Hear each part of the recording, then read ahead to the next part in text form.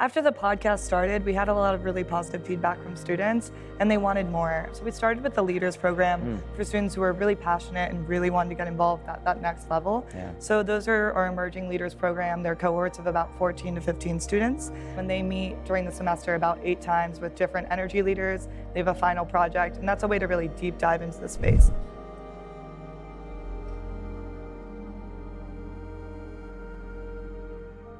We are going to need millions more hands at the oars, as I like to say, in the workforce that is going to rebuild our energy economy as we enter into the energy transition in full swing. What we hope to do is attract more students into the energy sector. And of course, energy is a broad term, and we're going to drill down a little bit more, pardon the pun, on exactly how students today in universities like Duke and the University of North Carolina are thinking about it. In fact, we're here live at the UNC Clean Tech Summit.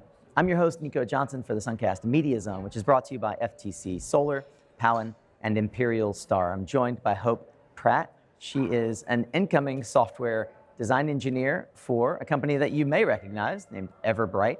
But she's also the co-founder of an enterprising startup within the Duke Energy or the Duke University economy called Energy Terminal. We're going to talk more about that and Hope's journey into the energy sector. Hope, thank you for joining us. Yes, on the thank show. you for having me. It's so nice to talk to you guys. Absolutely.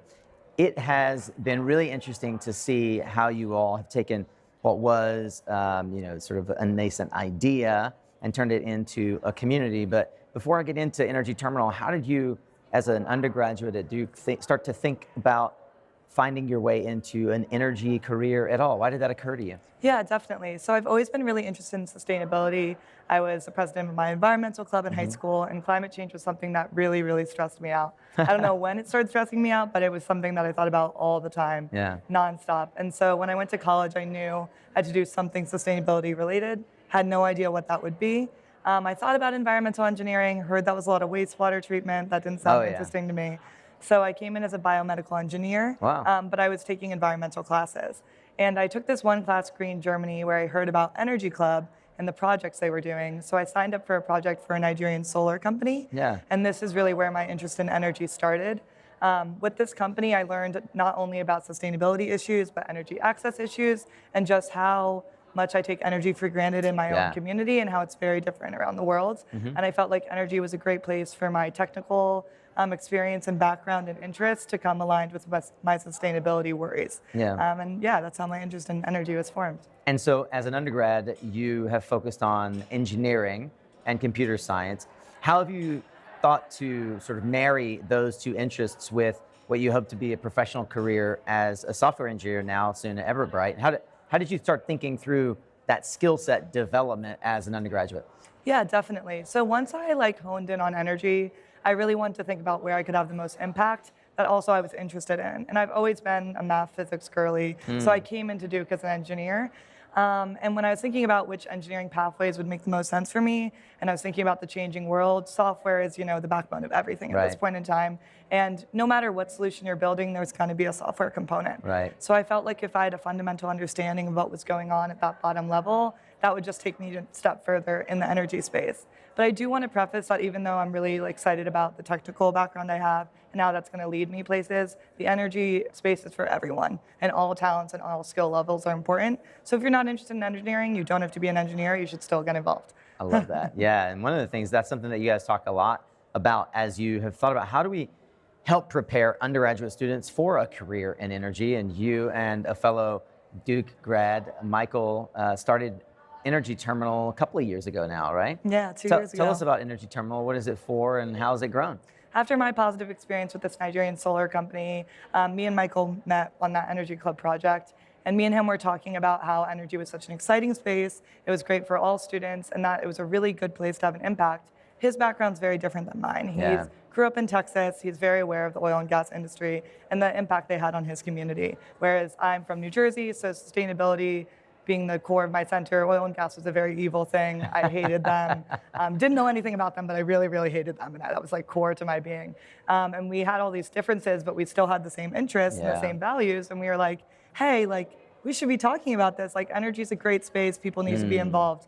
We felt like if we interviewed energy executives and brought their stories to a more personal level for students, they could see that they have a place in the energy space and they can have an impact as well. One of the things that surprised the heck out of me, to be honest, when I first saw Energy Terminal pop up, was how you started to develop not just a community, but a fellowship.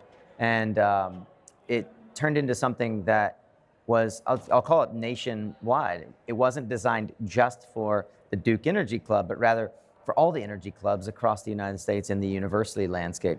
Can you talk about the programs that you started that have gathered speed and hundreds of participants across the U.S.? Yeah, definitely. So after the podcast started, we had a lot of really positive feedback from students, and they wanted more. So we started with the Leaders Program for students who are really passionate and really wanted to get involved at that next level. Yeah. So those are our Emerging Leaders Program. They're cohorts of about 14 to 15 students, and they meet during the semester about 8 times with different energy leaders. They have a final project, and that's a way to really deep dive into the space. We felt like that was really important because there's not a lot of university to university communication between clubs. There's been a lot of, effort to get better at that, but we felt like at Duke, you're in this bubble where what you know about energy is what your peers know about energy. You're not going to really break out of that. Like, most people are from the Northeast, so there's not a lot of talk about oil and gas. Right. If you go to school in Texas, your perspective on energy is very different. You're only going to have an impact when you have those diverse opinions and perspectives.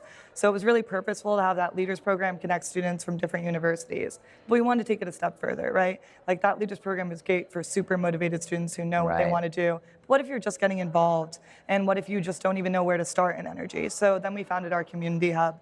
And so that connects over 200 students from 40 different universities. Fantastic. Yeah, it's really exciting. And we just wanted these students to be able to talk to each other, have access to each other as a network, and just Yeah. learn and grow from each other. Support group. Exactly. And then also talk to leaders in the space. So we bring in leaders so that they can talk to the students. And are those leaders connect with them. virtual? Yes. So Okay. this is all virtual programming. It's a virtual hub. We have a database of the students. They can access career resources, general information on the energy transition, so like different energy verticals, where to get involved, Right. what podcasts to listen to. And then we have speakers come on. We try Yeah. to have speakers monthly or So bi-monthly. besides Energy Terminal and Suncast, of course, what podcasts should they listen to? It's a great question. I listen to a lot of Canary Media Yeah. podcasts, so Catalyst is a Yeah. great one. I love the Energy Gang as well. And Volts is another great one as well. Yeah, I love David Roberts. And I'm curious if there's anything that through Energy Terminal or maybe even your own independent study you have found as a surprising outcome that you think students should be doing more of. It's a really, really good question. I think for me, the hardest thing was with my climate background and climate focus. I was very, very resistant to learning about traditional energy. Yeah. And it's something that I'm still kind of resistant about, even though I'm actively in this space. Yeah, I didn't know about this about you, by the way. Yeah, I love yeah. this, No, I mean, this twist of irony. exactly. I'm very, very different from Michael, which is, I think, Yeah. what made this so successful. It's just like I have a real resistance, and there's a lot of truth in that, right? Like, we Yeah. all know the oil and gas companies lied to us for many, many years. Right. But something I've learned in these past 2 years with Energy Terminal and through going to conferences and speaking to execs is they're very aware of the mistakes they made. Right. I don't think things are changing fast enough. I don't think they're being transparent enough. Right. But I do think there is money in those sectors, and they're the ones in control. And they Right. also are very, very aware of the fact that they need to change. Right. And we're not going to make an impact if we just ignore them, Right. try to solve the problem without them, Yeah. when they're the ones with the money and the knowledge and the experience and the market. Right. So if you can work with them and figure out a way for us to meet in the middle and really transition together, we're going to move much faster. It's going to be much more successful. So it's scary to talk to those people you don't like necessarily, but you might find you more in common with them than you think, and Yeah. they're knowing that they need to change, which is good.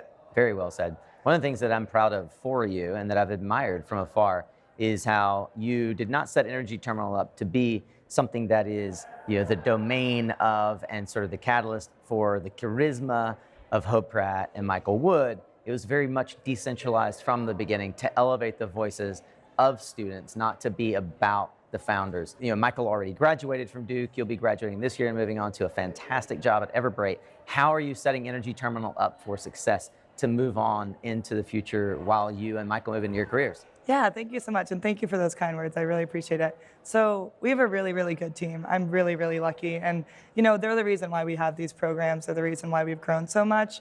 And they're across universities. We do have a core base of Duke students because that's where me and Michael are from. But we have students at other universities as well who are actively participating.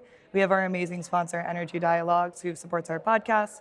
And then we have a lot of other partnerships with other student-run climate organizations and energy organizations, as well as larger groups as well. Me and Michael were really purposeful when we founded our team. We wanted people who were motivated and self-leaders and who really deeply cared. And at this point in time, I feel like if I just stopped tomorrow and did nothing, Energy Terminal would be exactly as it is today, which I'm very, very happy and very proud of. Fantastic. So we've piqued their interest if folks wanted to figure out more about Energy Terminal or as a student to participate in the activities or even as an executive to be considered to speak to the students. How would they best connect with you? So our website is energy-terminal.com.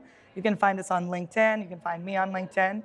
And on our website, you'll see our Community Hub and our Leaders Program applications. I definitely recommend applying. Our Community Hub is always open. And then our newsletters are another great way to stay connected. Yeah, so certainly visit energy-terminal.com. Subscribe to the newsletter, listen to the Energy Terminal podcast. You might learn a thing or three. We certainly have here today. Thank you for tuning in with us at the Suncast Media Zone. Hope Pratt is the co-founder of Energy Terminal, soon to be graduate of Duke University and an incoming associate software engineer at Everbright. It's great to, that's a mouthful of goodness that you've created in the world. Thank you so much, Nico. I really appreciate it. Thank you. Yeah.